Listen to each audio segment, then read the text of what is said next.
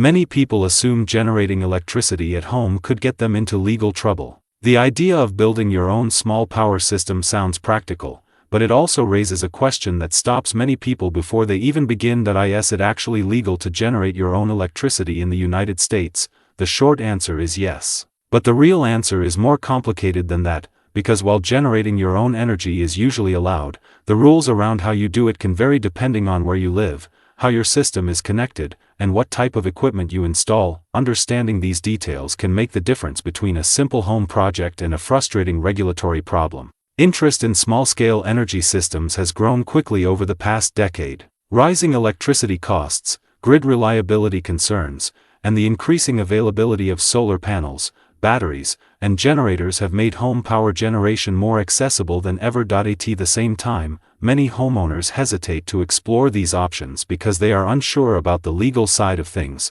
People often ask whether they are allowed to generate electricity themselves, whether permits are required, and whether utility companies can restrict home energy systems. To answer these questions, it helps to understand how home energy regulations actually work in the United States. The confusion comes from the fact that there is no single nationwide rule that governs DIY energy generation. Instead, regulations are divided across several layers. There are federal guidelines related to energy infrastructure and safety. There are state-level policies that define how electricity can interact with the grid. And there are local building codes that determine what homeowners can install on their property. Because of this structure, two homeowners in different states or even different counties might face slightly different requirements when building similar systems. This doesn't mean DIY energy is illegal. In most cases, it simply means certain conditions must be followed. The biggest distinction regulators make is whether your system connects to the electrical grid or operates independently. Let's start with off-grid systems. An off-grid system is completely separate from the public electricity network.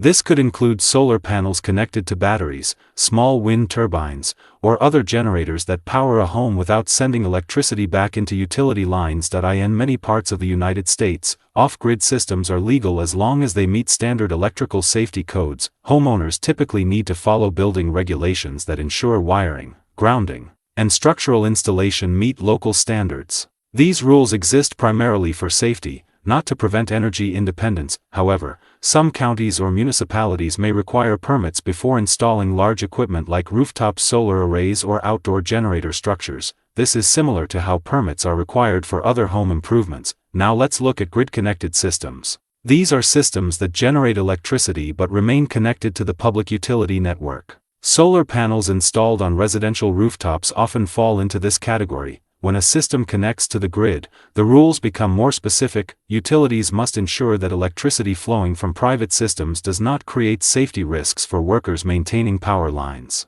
For that reason, most grid-connected systems must use approved inverters and follow interconnection standards. In many states, homeowners can participate in programs commonly known as net metering. These programs allow excess electricity generated at home to flow back into the grid, sometimes providing credits on electricity bills. However, utilities typically require system inspections and formal approval before allowing these connections. This is why DIY systems that interact with the grid usually involve a permitting process. It is not necessarily a prohibition, it is a technical safeguard. Another factor that sometimes creates confusion is zoning law. Certain areas have restrictions on structures that extend above rooftops or require minimum distances between equipment and property boundaries. These rules can affect the placement of wind turbines or large solar installations, but again, the goal of these regulations is generally related to safety, structural standards, and neighborhood planning rather than preventing homeowners from generating power. In practical terms,